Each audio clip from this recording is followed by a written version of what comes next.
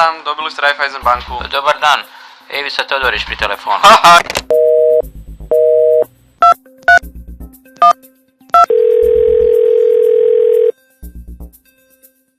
Dobar dan, Privredna banka. Dobar dan, Todorić Ivica pri telefonu, ja bih...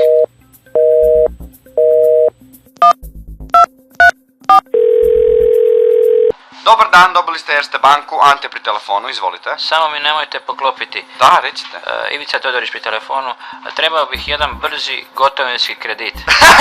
Dečki, evo Todorić na telefonu, trebamo brzi kredit. Što je smiješno tu? Ma ne, ništa, oprostite, nisam se predstavio. Ante Gotovina pri telefonu.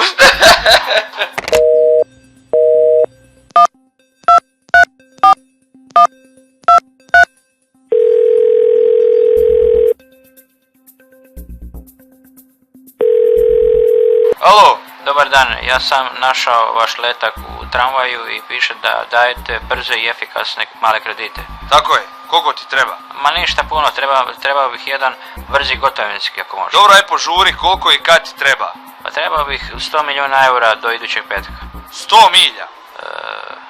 Da, do idućeg petka. Dobro, može 100 milja, ali kamata će ti biti bar 30%. Pa mogu vam platiti K plus karticom?